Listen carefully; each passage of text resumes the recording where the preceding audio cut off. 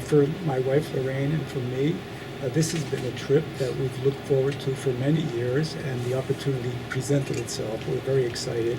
It's a deeply spiritual experience to walk where Jesus walked. We are, as Armenians, the first Christian nation. This is about Christianity. Mm-hmm. This is going to the very lands where Jesus lived and where he had his ministry. The trip starts in the northern part of Israel, and so we are. I showed you a little earlier the map in my Bible of all the places in Jesus' ministry.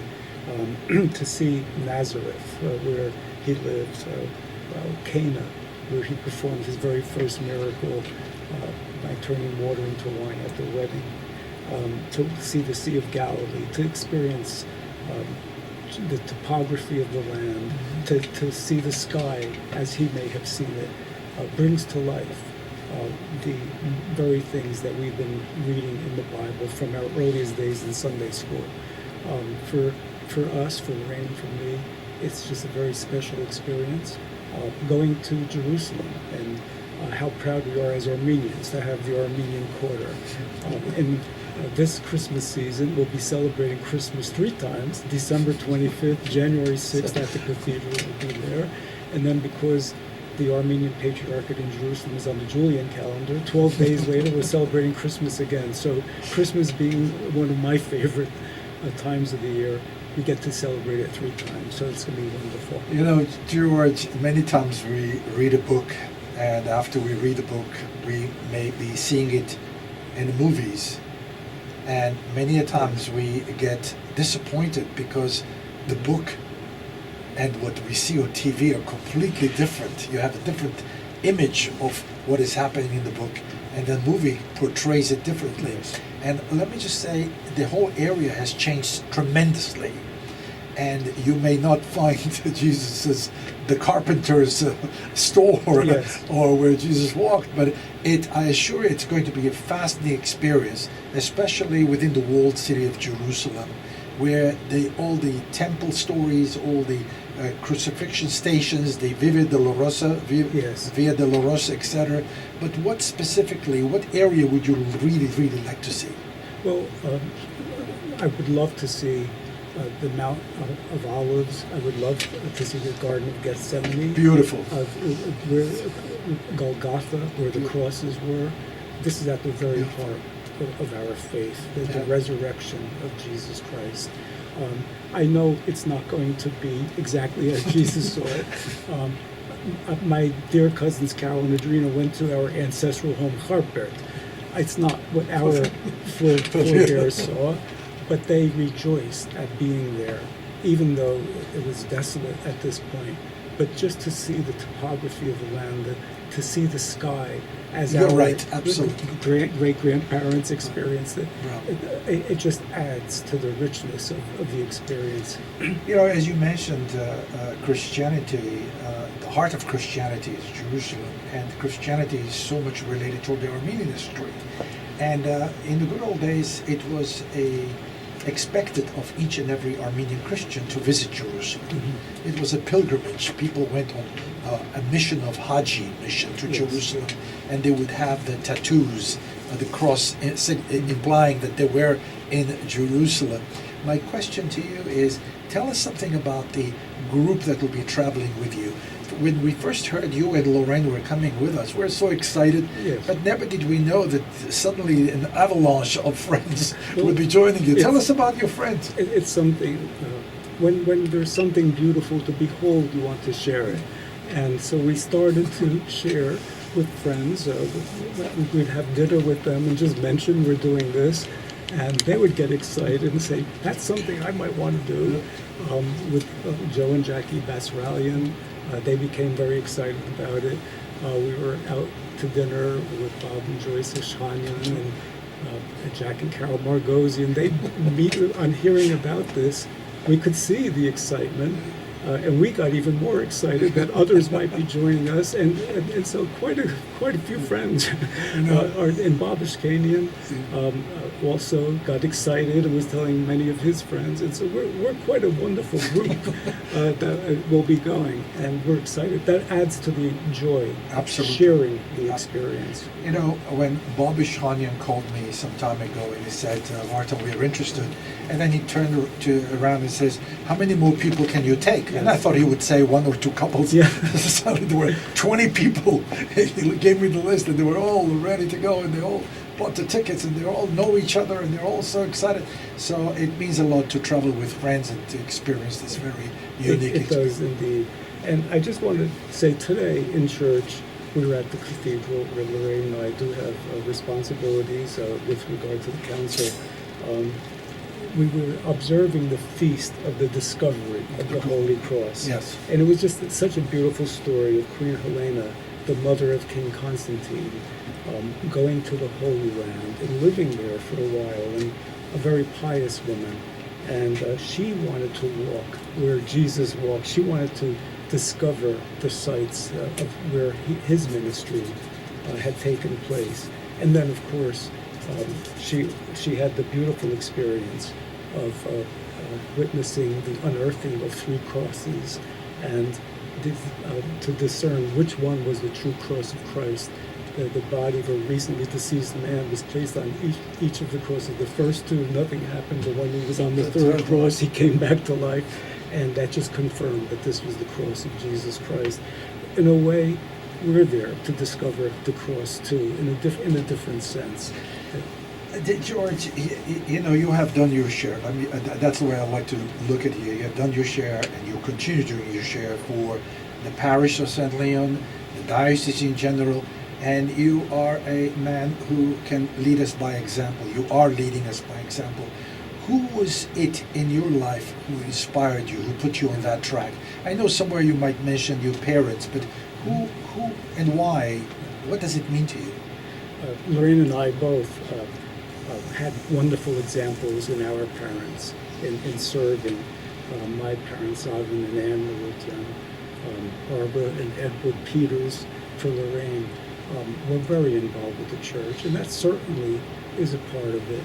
But it's also, it's something from deep within. I remember my grandmothers who lived with us were just such wonderful Christian examples, and I aspire to be a man who lived a Christian life.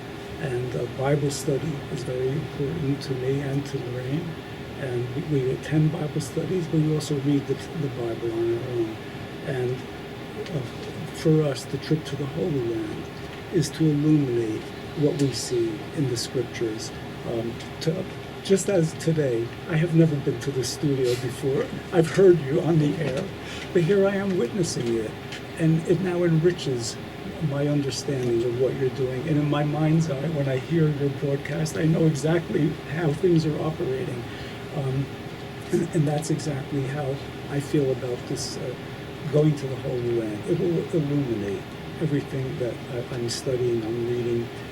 It'll even bring to life the Badarak, because we will have experienced exactly where Jesus lived. It adds to the richness of our experience. Many a times we've heard about the Armenian Quarter in Jerusalem. What do you envision it to be? I know so many of us say, how did such a small nation wind up owning a quarter of Jerusalem? I know it's related to the Crusades, and I know that we, to this day, we tend the churches, the Holy Sepulchre, that we have rights within the parish. This is something that is such a blessing and an honor for us Armenians. I know there's a monastery. I know that there's a cathedral there. Just to be there and to partake of the Armenian experience in Jerusalem will be a pleasure and an honor for sure. Anything else about your involvement in the community, what it means to you? What would you like to tell people in terms of serving the community via the church? And there could be other ways of serving. But we, as somebody said last week, it's giving back to the community what the generation before us gave to us. For me and for Lorraine, we feel we're serving the Lord in everything that we're doing. It's not about us. Bravo. But rather it's about the Lord whom we know, whom we're serving. And so our church work is our toil for the Lord. Bravo. And I've heard it said the church is one generation away from extinction. If you don't pass it on to the next generation, it's gone. And so for us to partake of it and to be able to educate others and, as you said, to be examples, but especially to the younger generation, so that they too will carry on the work of the cross of Jesus Christ, so that the church will have a life way into the future. And so each of us in each generation, there's got to be that group of people who carry the cross and the light of the cross, and that's what we're doing. You know, we live in a very different world than we had some few decades ago. Things are changing so fast around us. And today we heard Father Shinok Soin talk about faith, talk about his experience. We also heard last 2 days about the tragedy that befell the synagogue in Pittsburgh. How do you explain these things? How do you take it? How do we grasp it? How do you grasp it? Yes, there are tragedies, and as I quoted to Father Sudan earlier, Shimon earlier, the psalm, though I walk through the valley of the shadow of death, I will fear no evil, for thou art with me. We just have to walk in faith. We can't live in fear. That's a very beautiful thing. And we have the indwelling Holy Spirit guiding us. And this is, we have to conduct our lives in that way. I know there was a book written, Why Do Bad Things Happen to Good People? Yes. There's no explanation of it except for we're never alone, that the Lord is always with us, and that's the guarantee. George, I thank you for so openly discussing all the questions we had for you. Is there anything else you would like to say to wrap up? I've heard references during the program to the Armenia exhibit at the Metropolitan Museum, and Lorraine and I have seen it now twice. We plan to go back. It's what is so beautiful is it's a reflection of our Christianity. The Badarak is chimed in. You hear this in the background, and so much of what you see is religious art, the reliquaries, and the manuscripts from the Bible, and the map of the churches, the depiction of Saint Gregory the Illuminator, and seeing the vision of Jesus with the hammer and where Echmiadzin was to be built. It's so deeply Christian, so that I was very, very happy and blessed to see. This is what the public is seeing, what an important part of Christianity plays in the lives of Armenians. And that's, just to go full circle, that's why we're going to Jerusalem. We're Christians. We were the first Christian nation, and to go to the Holy Land is something that is, from deep within our heart, is something that we want to do, and we just feel it will enhance our lives from this day forward.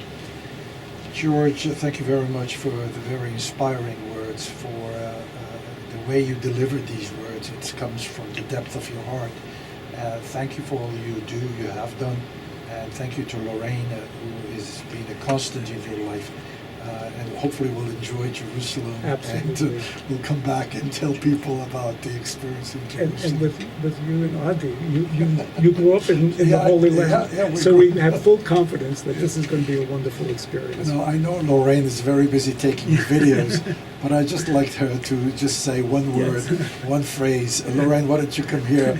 Just wrap up with whatever you want to, even if it's a sentence, to just say how happy you are. She does not want to get close to them. Just say, how do you feel about going to Jerusalem on January the 9th?